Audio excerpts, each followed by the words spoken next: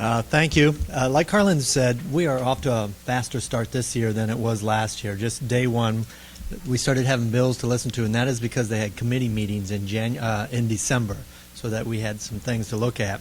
Major bills, similar to what Carlin talked about, we've already heard, and then we send them over to the Senate. Number one is the property tax.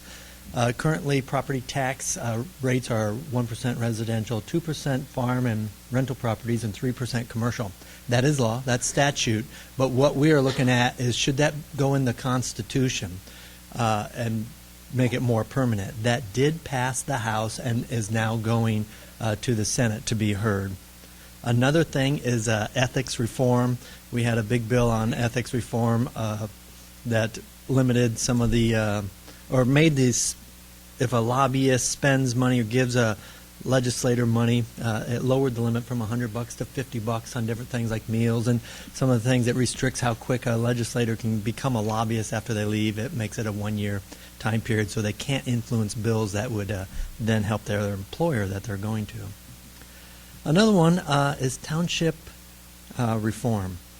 This bill would put it on a referendum next November for every township to decide whether they want to retain township government. You know, before we had the Kernan Shepherd with that whole list of things, that didn't go far, probably because it was a whole package of items, and if you didn't agree with some, you voted against the whole thing. So now they're breaking it down in pieces, and one of those is township government. There was a number of addendums that tried to get attached to that would say it should be a county-wide decision and not township by township, because that could become piecemeal. Those got rejected, and the township referendum did pass the House, hasn't passed the Senate or passed the governor yet, but did pass the House. For that to be on a referendum this fall for everybody to vote whether they want to retain their townships. I kind of like that because I don't think the whole state one shoe fits all. I do think that it should be county by county, but Marion, Indianapolis is so different than Elkhart County, and that's it was a weakness in the Kernan Shepherd, I felt. Some of my bills that I have to do with having your cake and eat it too. I'm looking at trying to find ways that we can spend less in government but not have less services. For example, two of my bills are have to do with schooling. Advanced placement credits and college profs teaching classes. I have a bill that would ask that within a few years high schools offer 1 year of advanced placement classes for students to be able to carry forward to a state college. Did that make you tired just hearing that, Bruce? No? Okay. Down in Indianapolis, there's a charter school that has 2 years. When these inner city kids graduate, they have 2 years of college that they can have done. Not all of them do. Because I want to see that parents and students have less debt and less cost in going to college, if possible. So if we can help them to get to college, and that bill also contains some things, or the next one does that, says all college profs have to teach at least one class.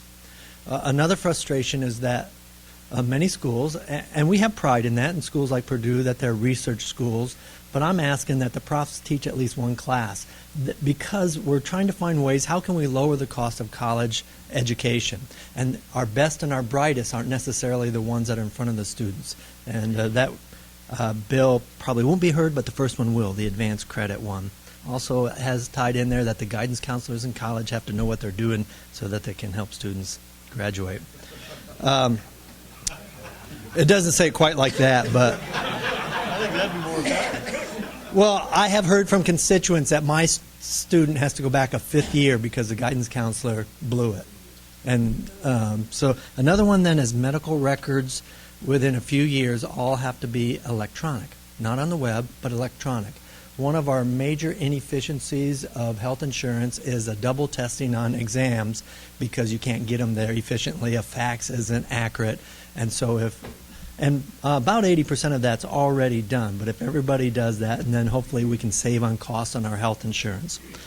Then another one that will be a little more controversial is prison reform. Our prisons are 99% full, actually above that. And in the next 5 to 10 years could possibly double, according to statistics. Well, there's not room, and nor do we have the money.